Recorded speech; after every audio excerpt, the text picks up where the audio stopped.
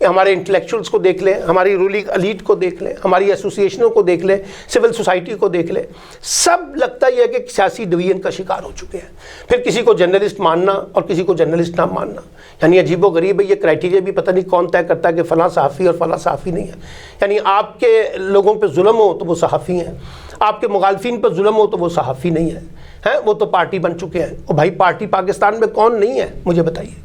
لیکن یہ جو طریقہ کار اختیار کیا جا رہا ہے کہ پولیس کی مدد سے ہم جرنلسٹوں کو ٹارچر کر رہے ہیں، ان کے اندر خوف و ہراس پیدا کر رہے ہیں، ان کی آزادی اظہار پہ پابندیاں لگا رہے ہیں، ان کے قلم کی بندشیں کر رہے ہیں، ان کی زبان کی بندش کر رہے ہیں، یہ خوفناک صورتحال ہے۔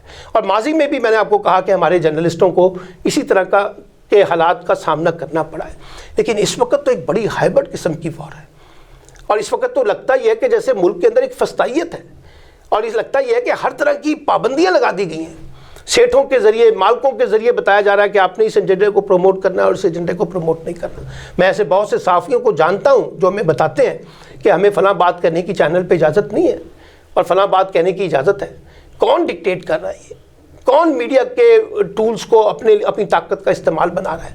اس کو اپنی مرضی اور منشا کے مطابق اس کا ریموٹ کنٹرول چلانے کی کوشش کر رہا ہے۔ کیوں ایسوسیشن جو ہے اس کے اوپر سمجھوتوں کا شکار ہو گئی ہیں؟ کیوں اپنی بے بسی کو شو کر رہی ہیں؟ کیوں وہ سیاسی ڈویژن کا شکار ہو گئی ہیں؟ اور کیوں جرنلسٹوں پہ جب عتاب آتا ہے تو ہم اپنی یونٹی کو قائم نہیں کر پاتے؟ کیا وجہ ہے کہ ہم اس کے اندر بھی ڈیوائیڈ ہو جاتے ہیں اور اس کا فائدہ پھر حکومت اٹھانے کی کوشش کرتی ہے، اسٹیبلشمنٹ اٹھانے کی کوشش کرتی ہے؟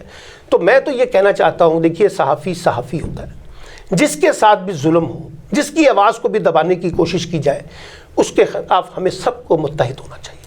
اچھا، نقطۂ نظر سے اختلافات ہو سکتا ہے، مجھے بھی صدیق جان کے بہت سے معاملات پہ اختلاف ہے، ابصار عالم سے اختلاف ہو سکتا ہے، طلعت حسین سے اختلاف ہو سکتا ہے، مطیع اللہ جان سے اختلاف ہو سکتا ہے، باقی لوگوں سے اختلافات ہو سکتے ہیں، رؤف کلاسے سے اختلاف ہو سکتا ہے، لیکن اختلاف ہی کے اندر تو حسن ہے نا۔ ڈائیورسٹی کا پرنسپل کیا ہے کہ آپ اختلاف رائے کو اسپیس دیتے ہیں، ٹالریٹ کرتے ہیں، اس کے لیے ایک راستہ نکالتے ہیں، اس کو سنتے ہیں مخالف نقطۂ نظر کو۔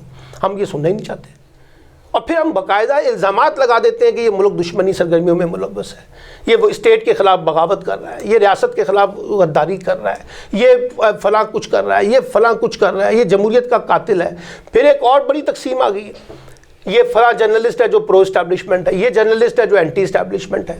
یعنی یہ بھی ہم کریکٹر سرٹیفکیٹ اب بانٹنے کی پوزیشن کے اندر آ گئے ہیں کہ جہاں ہم یہ بانٹتے ہیں کہ کون سا جرنلسٹ ہے اور کون سا اسٹیبلشمنٹ کا ہے، اور پھر یہ پولیٹیکل ڈویژن پیدا کرنا شروع کر دیتے ہیں۔ یہ پی ٹی آئی کا جرنلسٹ ہے، یہ نون لیگ کا جرنلسٹ ہے، یہ پیپل پارٹی کا جرنلسٹ ہے، یہ فلاں جماعت اسلامی کا جرنلسٹ ہے۔ خدا رہا اس سے باہر نکلے یار، جرنلسٹ ہے۔ اگر جرنلسٹوں سے کچھ غلطیاں ہو رہی ہیں تو ہماری ایسوسیشن کو اس میں رول پلے کرنا چاہیے۔ کوئی کوڈ آف کنڈکٹ کی وائلیشنز ہو رہی ہیں تو electronic media association, print media association, academics کو ان کو مل کے آگے کوئی راستہ نکالنا چاہیے۔ لیکن اس راستے کی تو کوئی حمایت نہیں کی جا سکتی جو آج پاکستان کے اندر ہو رہا ہے۔ اور آپ دیکھیے کہ جتنی بھی انٹرنیشنل اپنا باڈیز ہیں میڈیا سے ریلیٹڈ، سب اس وقت کہہ رہی ہیں کہ پاکستان میں میڈیا زیر اعتاب ہے۔ سب کہہ رہے ہیں کہ جرنلسٹوں کو باقاعدہ ان کی آوازوں کو دبانے کی کوشش کی جا رہی ہے۔ سب کہہ رہے ہیں کہ ان کے اوپر ٹارچر کیا جا رہا ہے، ان کو گرفتار کیا جا رہا ہے۔ اور پھر سب سے بڑی مضحکہ خیز بات یہ ہے، گرفتار بھی کرتے ہیں، پھر انکاری بھی کرتے ہیں، پھر کہتے ہیں ہم نے تو گرفتاری نہیں کیا، وہ تو ہمارے پاس ہے ہی نہیں، وہ فلاں جگہ کے پاس ہے، وہ فلاں کے پاس ہو سکتا ہے۔ اچھا جی، پھر عدالتیں اس کے اندر رول پلے کرنے کی کوشش کرتی ہیں۔ آج جرنلسٹوں کے پاس اپنی پروٹیکشن کے لیے اگر کوئی ادارہ باقی بچا ہے تو وہ عدالتیں باقی بچی ہیں، باقی تو کچھ نہیں بچا۔ انہیں عدالتوں کے ذریعے انصاف مانگنے کی کوششیں کی جا رہی ہیں، انہیں عدالتوں کے ذریعے ان کو بازیاب کروایا جا رہا ہے، انہیں عدالتوں کے ذریعے ان کی ضمانتیں ہو رہی ہیں۔ حکومت تو کچھ نہیں کرنا چاہتی، آپ کی ریاستی ادارے جو ہیں وہ تو بالکل مفلوج ہو کے کھڑے ہو گئے۔ تو یہ جو لڑائی اس وقت پاکستان میں، میں آپ کو بتاؤں، جمہوریت پنپ بھی نہیں سکتی بغیر میڈیا کی آزادی کے، جمہوریت پنپ بھی نہیں سکتی بغیر فکری آزادی کے۔ جب تک آپ لوگوں کو مختلف باتیں کرنے کی اجازت نہیں دیں گے، نقطۂ نظر کے اندر اختلافات پیدا کرنے کی گنجائش نہیں دیں گے، اس وقت تک یہ سارا معاملہ چل نہیں سکتا، میں آپ کو بتاؤں۔